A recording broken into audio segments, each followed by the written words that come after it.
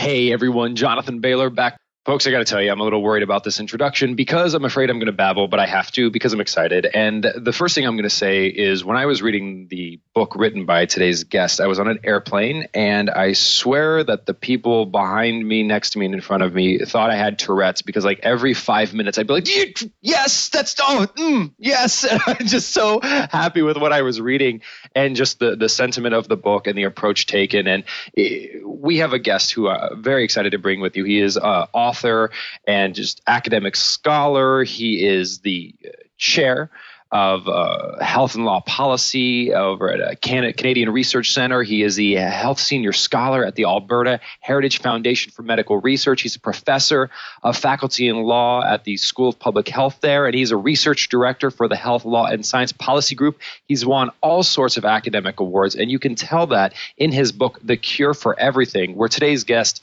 Timothy Caulfield, really takes a step back from the hype and the gimmicks and just says, what does the data say? And when you just look at the data, you're pretty surprised with what you find. So you know he has a near and dear place to my heart. Timothy, welcome to the show.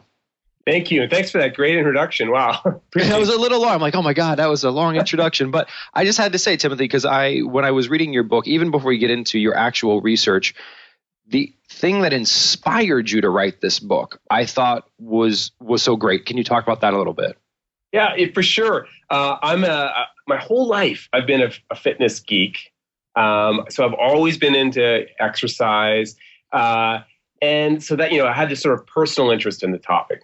But in addition to that, sort of in my day job and my professional job, I really view it as sort of aggregating what the evidence says. I go to all these science meetings and I read all this literature, and I kind of view my job as what does the literature say and how is that relevant to policy?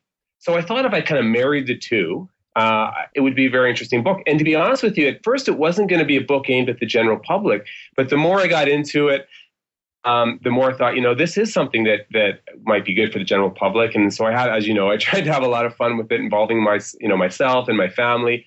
And the other aspect to the book that, really is a love letter to science, as you know.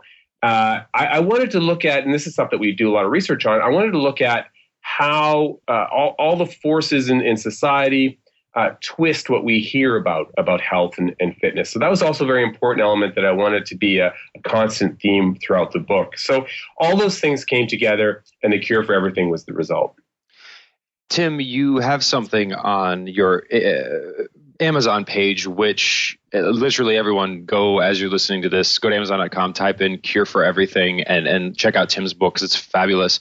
You write, and I just want to get this printed on a t-shirt, science is everywhere, but what passes through most people's field of vision is often wrong, hyped, or twisted by an ideological or commercial agenda. And then without good scientific data, bad decisions are made. How close are we to getting the science to the surface and starting to combat what is turning into not only a health, but a financial crisis with this bad information? Well, as you probably know, it's sort of a good and bad news story right now. So the good news is I think that people have more access to good health information than ever before. Right? You can go to the Cochrane Collaboration website and get these great synthesis of data, of science on health. There are all these other emerging websites that are independent, academic, that try to synthesize the science and present it in an objective manner. So I think that's fantastic news. I can remember, not that long ago where it was difficult to find that kind of stuff. Yeah, library or even it was even difficult to pull it off the web. Now everyone has access to that. So that's fantastic news. So the bad news, of course, is there's also a whole bunch of crap on the internet, and it's often difficult to kind of figure out which is which, right? So that's part of the bad news. And if you believe something, let's say you believe in homeopathy, or if you believe in detoxing and cleanses, you can find pseudoscientific websites that look legit that will back that up, right? Mm-hmm. That's kind of the bad news story. The other one, and you touched on it in that quote there, is I think more than ever before, scientists are under pressure to commercialize their work, right? Mm-hmm. Increasingly, science is viewed as an important part of our economy. Academic research is an important part of our economy, and that's all great, but it also makes it more difficult to find data that isn't kind of tainted by that commercial spin. And there's lots of research out there that tells us that commercial interest, and hey, look, I know we got to partner with industry to make a lot of things happen, but there's lots of evidence that says that partnerships with industry and industry involvement does skew the data. So we just have to be cognizant of that as we look at the literature as it emerges. And Timothy, the thing that you call out in your book, which is true, but we continue to struggle to accept, is that there are no quick fixes.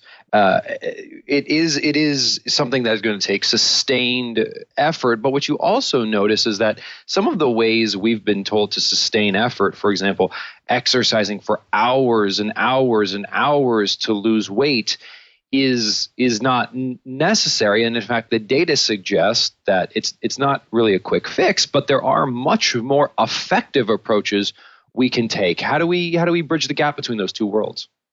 Yeah, and I know that you're very interested in this yourself, Jonathan. There is all these myths about things you can do to lose weight. And of course, it's a massive industry, so you got to keep coming up with a new myth to market some kind of new product or approach. The exercise one I think is fascinating because the data tells us, and I think it's becoming pretty consistent, that you can't lose weight through exercise alone. And of course, that's almost always how exercise is marketed, right? Or presented to the public. It's an important way to lose weight. Yeah, there is data that exercise is important to weight maintenance, and whether that's a correlation finding or an actual causative finding, so I think it's unclear. But I think what we need to do is just strip all this away, and this is that part of the core of the book, right? Strip all it away and say, what are the simple things that we need to do to stay healthy?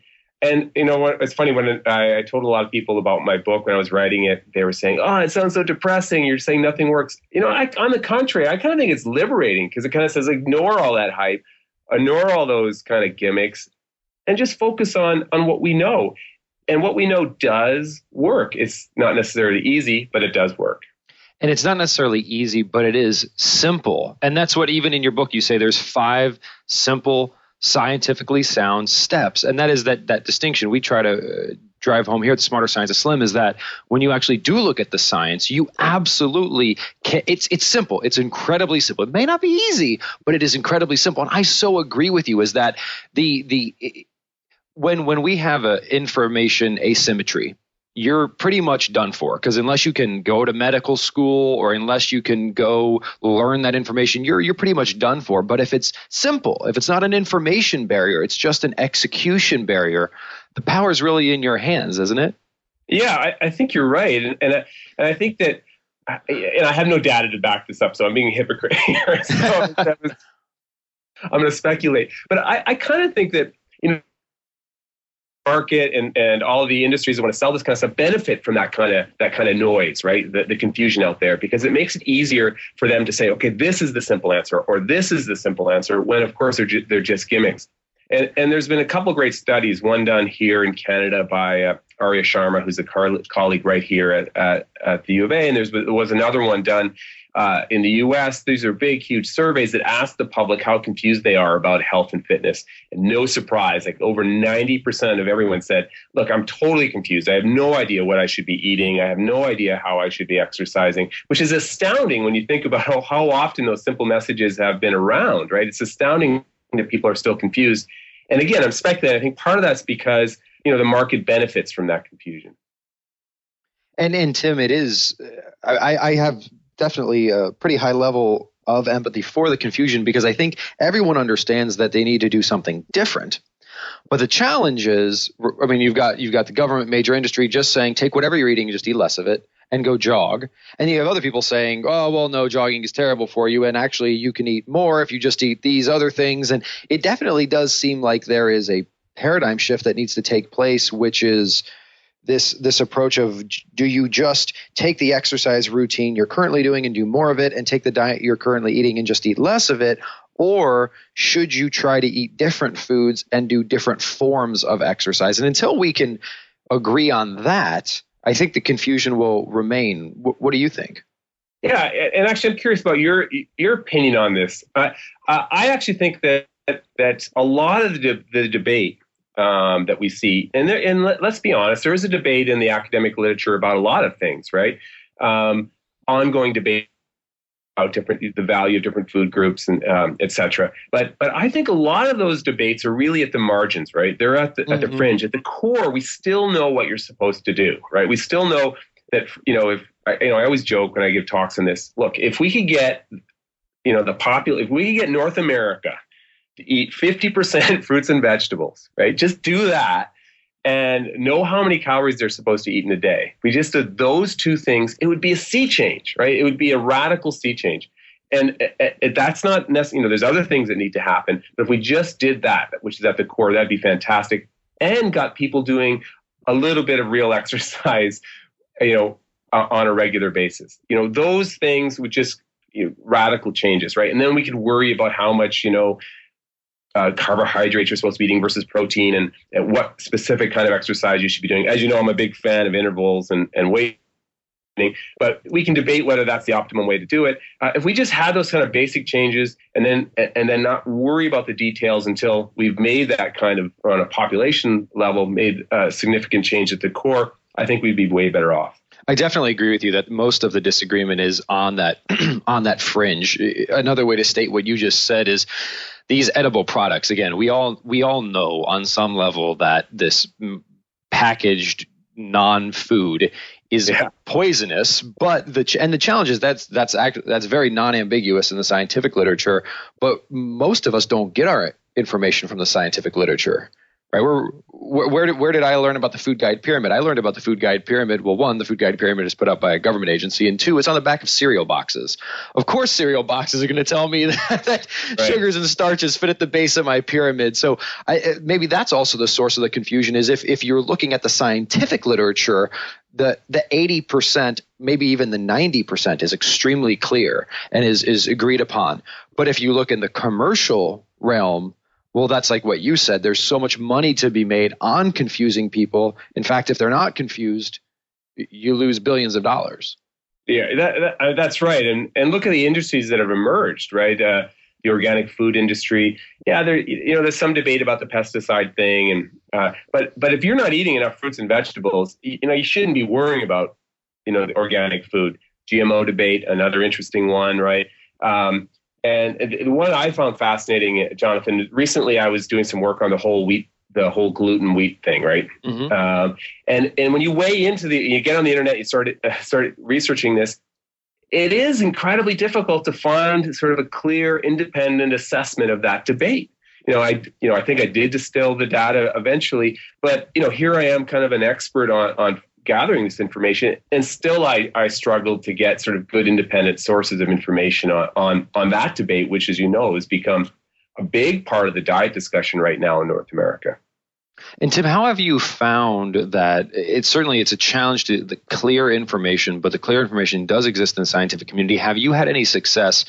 You mentioned, for example, a few quick steps folks could take. I do something similar when I speak with people and they're asking me these questions about organic, non-organic, this, that, blah, blah, blah. My recommendation to them is until you can have 21 days where you eat a plethora of non-starchy vegetables, and my recommendation is a bit over the top. I say 10 plus servings of non-starchy vegetables per day, and until you can avoid added sweeteners for that same period of time, until you can do those two things for 21 days straight, I would highly recommend not worrying about anything else, because until you can get those two things right, they are just distractions. But are we wired to crave distractions? Because it seems like it's so easy and almost enjoyable to pick out these little things and to focus on them rather than focusing on these core big things. Yeah, that's an interesting question. There has been some, and you probably are aware of this recent data about how much change we should invite people to do. I think the old conventional wisdom was don't tell people to do too much at once, right? You don't say, okay, change your diet, start exercising. Of course, you got to stop smoking, drink in moderation. To tell them to fix a couple things first, and then move on to more detail. So but there was a recent study I saw that suggests, look, if you give people the whole plate, say, look, you got to do all of these things, and they're not that many really. If you do these 4 or 5 things, and then maybe start with one, over the long term, people will make those changes. Of course, it's difficult. You have to have constant support. Creating meaningful behavior change, as you know, Jonathan, is very, very difficult. And so I actually think that's where a lot of the future research needs to be focused on. How can we make meaningful, sustainable behavior change? And it's absolutely clear. We know this from, probably a century of research and anecdotal reports that these gimmicks don't work. They come and they go. Wheat, protein diets, all these things, they come and they go. So we know that. And people never sustain it. They always drift back to their old habits. So I think that our future research, a lot of the concentration should be on how do we create meaningful behavior change. And I'm so encouraged, Timothy, when I see people, when we talk about like doing research, because research from other arenas and researchers from other arenas cross-pollinating seems so important. Let me give you one example. You talked about the distinction between telling people to make these small changes versus telling people to make massive changes. And if you look at an area that has successfully caused people to make massive change, in the dietary arena, if you look at, for example, veganism or vegetarianism, I don't know for sure, but it is my experience that when someone becomes a vegan or a vegetarian, they don't do that gradually. Like they don't gradually eliminate meat from their diet. They have an experience and they say, I'm not going to eat meat anymore. Almost like it is, and this is another arena that's fascinating, religion. I don't know if most people gradually convert to a religion. It seems like there's a moment in which their identity says like, I am this now. And but I don't know. I mean, there are also, it seems to be evidence for just take one step every day and you gradually change. What's your thought on that seeming paradox? Yeah, I think a lot of it goes to motivation and why people are doing it. And again, I'm curious what you think on this, Jonathan. A lot of the research says that, particularly for people under 40, people exercise and they diet for one primary reason, and that's aesthetics, right? They want to look good. And so if that's the goal, you're doomed to failure, right? Yep. Failure. You should be doing these things because it's healthy. And of course, the ironic thing is, if you do it over a sustained period of time, the aesthetic change occurs too, right? Mm-hmm. But if you're doing it short term for aesthetic change, you're going to fail. And so I don't have a lot of data on this, and there is some research. In fact, a researcher here at the University of Alberta has looked at this. If that's the reason people stop because they don't see the aesthetic change. But I wonder if, we could somehow change the mindset, and this is a big challenge, right, to why people are adopting these lifestyle changes, for health, for, energy level, for just how they feel. Perhaps that will allow that kind of larger change to occur more quickly. Again, speculating and perhaps an interesting area for future research. I completely agree, Timothy, that there seems to be so much debate about the what, like the what we should be doing, when that's actually pretty clear in the science.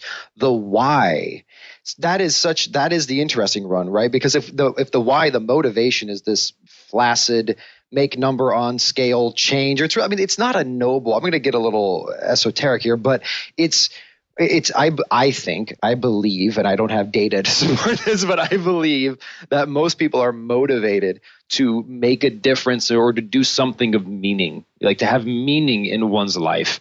And these aesthetic external things, that's not meaningful. So that's why we're not really dialed into it. But look at, for example, a vegetarian or a vegan. They're not doing that because they want to look better. They're doing it because they feel a moral commitment to eating that way. And because of that, it's not hard for them. In fact, they celebrate the fact that they're not going to eat that delicious steak, which you or I might look at and be like, oh my God, how can you derive pleasure from not eating this thing when I derive so much pleasure from eating it? So if we can start to think about why, and I get so crazed when I learn about what the food industry is doing and the corruption there, because if we want to get passionate about something, like having big organizations manipulate you through marketing, much like they did through smoking, that seems like something we could all rally around and say, if a giant industrial complex had tinkered with it in an effort to change the way our brain perceives food, let's not do that anymore.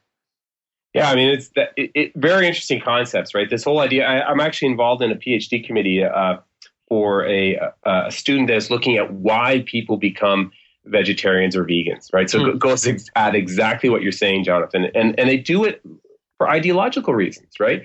And they make this massive lifestyle change that's often very difficult to make in a family setting or perhaps in a work setting. It takes real effort, more effort than what you are suggesting, right? With the eating, just eating a more healthy diet. But still, they make that change.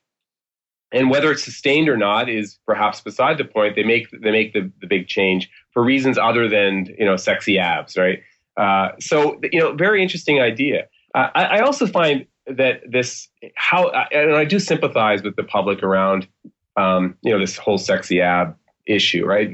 I'm an incredibly vain individual, so I can understand that. And we're bombarded with the images constantly, right, of why we should be working out. And this is going to be the result, or this whole myth of body sculpting and the myth of toning and all of those kinds of things, right? And that industry benefits greatly because if you fail, it's not their fault, it's your fault, right? So it's almost like the perfect industry to be in because you can make these promises and show these anecdotal and examples of success and show these testimonials from celebrities that they've all succeeded on this plan. But if you fail, it's your fault, right? So I do sympathize with the general public because that messaging is so powerful. It's everywhere and it's been around for a really long time. And I am encouraged, though, Timothy, because I know you spend quite a bit of time just perusing around on the internet, and the message there does seem to be counterculture. Like every time, this is popular, then not this becomes popular 5 years later. And the just eat food movement I'm curious what you see in Canada, but in the States, it definitely, at least on the coasts, seems to really be gaining some momentum where it's like just eat food. If you just do that, you're 80% of the way there. I agree with you. It is gaining momentum, I think, in Canada. This idea of just keeping it simple. So I am optimistic. But of course, on the other side of it, you look at the stats around obesity, et cetera. There are some success stories here and there, right? There are a few success stories emerging, but you look at the stats on obesity and you look at the stats on what people are eating and the stats on, and this too, the stats on exercise are just grim, right? It's just incredible how people don't work out. And I also think that that's going to require a shift in thinking, and it ties into perhaps what we were talking about before. If people are exercising for the purposes of aesthetics, perhaps it's viewed as an indulgence, right? And something that shouldn't be high on the priority list. But if it's viewed as something that's absolutely essential to who you are and your health and the health of your family, perhaps it'll move up the priority chain. And I'm like you, I'm sure our whole family makes exercise an absolute priority. We even tell her that to our kids when around homework. Like we try to put it at the same level, right? Mm-hmm. So it's just a priority and something that should be part of your lifestyle. It's tough to do. We're all so busy, but I think that's how it has to be framed. It's certainly a difficult message to communicate in the sense, Timothy, that because you do this well in your book where you say, on one hand, you're basically like exercise is horribly ineffective. And then you say exercise is absolutely critical. But the reason you're saying that is it's horribly ineffective at these aesthetic goals, but it's absolutely critical to health. And right. And those are different things. And that's very important to note.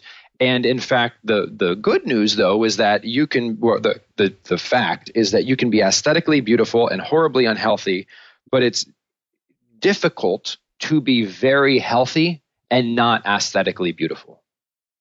Yeah, I think that over the long term, that's the reality, right? And the thing is that it's got to be a lifestyle. There are no quick fixes, right? It has to be a lifestyle. And the other thing I'm really encouraged about, Jonathan, is the more and more fitness research is coming out, right? Good fitness research. Mm-hmm. A lot of the data, I don't know if you've noticed this trend too. A lot of the data early days was, very small studies. The N was really small.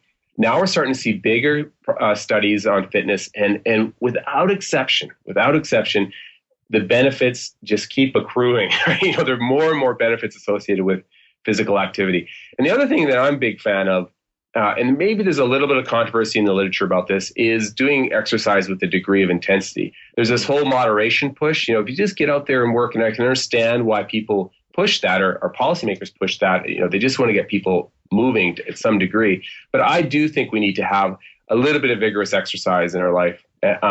And that's a message that's often lost too, I think, out there in the public sphere. Or not only is it lost, it might get conflated with the idea that intense exercise has to be dangerous or extreme exercise, because there's certainly no shortage of infomercials talking about this extreme, crazy workout you can do in your living room. But if you're anyone other than a 22-year-old CrossFitter, the idea of doing something like that, you will hurt yourself. So also there's that conflation, right, between like crazy exercise and just exercise with a bit more safe intensity, right?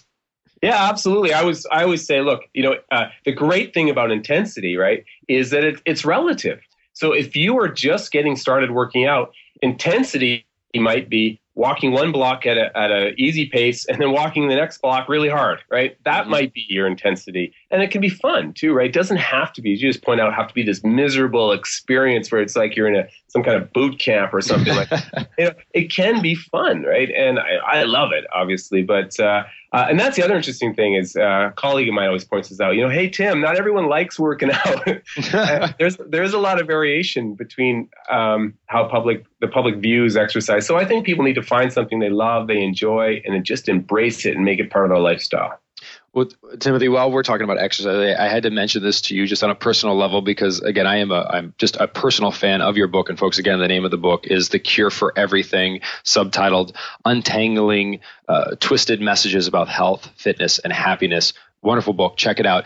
I'm including, hopefully you don't mind, 2 quotes from your book in my upcoming book. And I wanted to share them because these are 2 quotes that they ring of so much truth and they made me smile so big. I knew my listenership would appreciate them. So do you mind if I share them? No, please go ahead. Love it. Okay, so the first one is you're actually quoting a woman, Kim, is it Rain?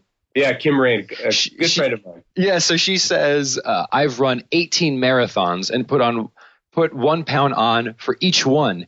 18 marathons and 18 pounds heavier. It's so maddening. Can you talk about that a little bit? Yeah, what a great story. And Kim and she's a good marathoner. Like she's a 3:30 marathoner. She's like the real deal. So she was talking that, that is all about, it's very difficult to lose weight through exercise alone. She lives life large, right? And so she found that she would just eat more when she was working out.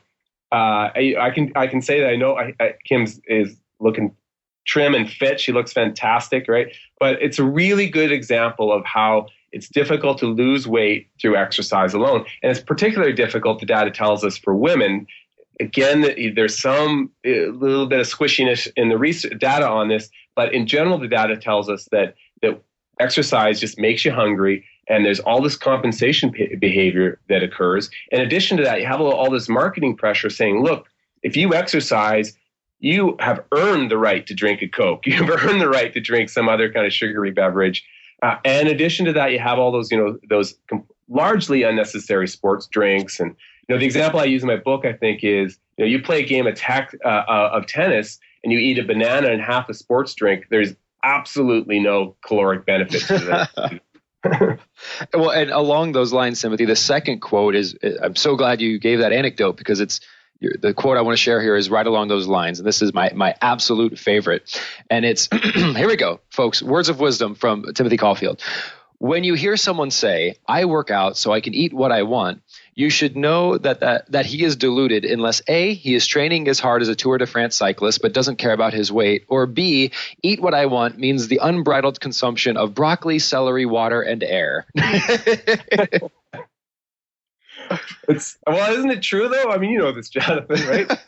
The funny thing is that your listeners should know that I experienced this, right? I was training like a maniac. I had the opportunity to train I'm a track cyclist, and I had the opportunity to train with a gold medalist, Olympian.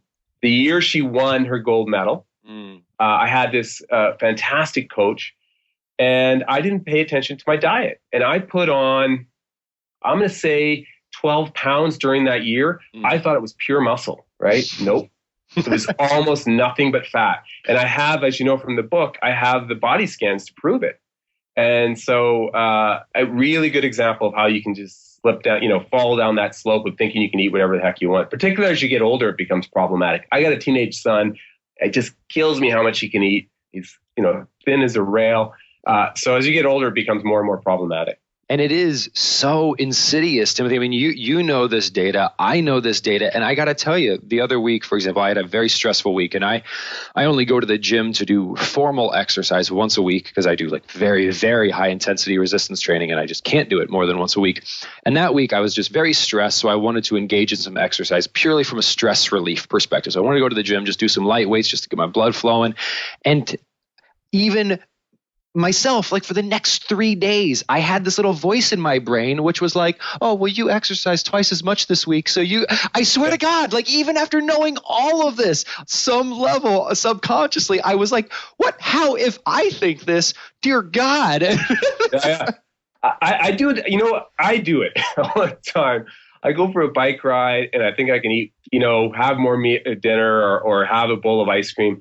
And there's lots of evidence to show that people just don't understand how little exercise really burns and how many calories are in food, right? So lots of data out there. One of the studies I love, and there's been other studies that back this up since I wrote the book, is that the degree to which people underestimate the amount of food, the amount of calories in food, they underestimate it by 100%, right? And even experts underestimate it by the 40 to 60%. So if you see a bowl, you go to a restaurant and you see a meal and you think it's 400 calories, think to yourself, it's 800 calories.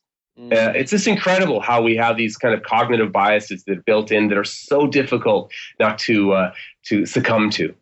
And it's even worse, Timothy, because not only is it nearly impossible to exercise so much that it has an effect calorically, but what the vast majority of us don't yet comprehend is, let's say we do successfully burn 200 marginal calories, and then we reward ourselves with 150 calories of processed edible things.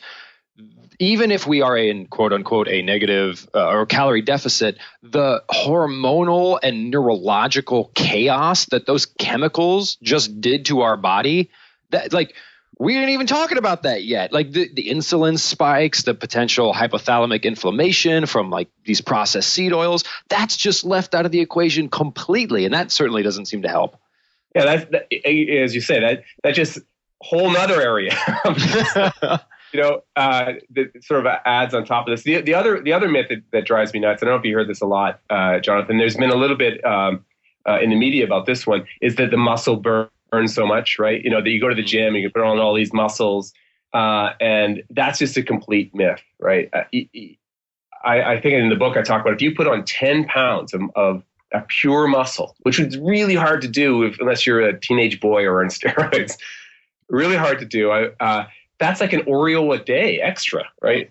It's not a lot. So, there's all these myths that people just have to, so ignore all the hype, focus on the basics and make it a lifestyle, and you're going to be fine. And even with that muscle thing, Tim, it gets back to our earlier questions of like the more muscle you have, having more muscle is great for your health, like for other reasons, not for necessarily the calories it burns. It's good, but just not for the reasons we're told, right? Yeah, that's absolutely right. And in fact, I think that our emphasis on resistance training is almost inverted. Who goes to the gym? Young men, right? Those are I think women are increasingly lifting weight, and that's another change I've noticed really over the last 5, 6, 7 years. Women are increasingly getting involved in resistance training, and that's great because it's not young men that need to work out; it's women, it's people like me moving up in the demographic scale there. Those are the people that should be working out. And there's a great study I believe it was out of Sweden. That showed that having good muscle mass later in life is one of the strongest indicators of a high quality of life. I mean, there's a great message, right? Be strong, have that muscle mass, and so you can live, a happy, fulfilled life for a long time. Absolutely, absolutely. Well, Tim, in closing, what's next for you? Are you going to have round 2 in this arena, or is your passion continuing? What's next? Oh, yeah. I'm working on a new book right now. I can't tell you too much. Got to keep it a little bit secret, right? But it touches on a lot of the same topics. It's really going to be, I hope, right? It's going to be fun. I've got an interesting hook to it. So yeah, stay tuned. I love it. Well, folks, while you're waiting for book number 2, which if it's anything like book number 1 will be fabulous, do check out book number 1. It's called The Cure for Everything. And the author's name and our guest today is Timothy Caulfield. Timothy, thank you again for joining us, and thank you for the great work. I appreciate it both personally and professionally, sir. Thanks so much, Jonathan. Really enjoyed this. Listeners, I hope you enjoyed today's conversation as much as I did. And please remember this week and every week after, eat smarter, exercise smarter, and live better. Talk with you soon.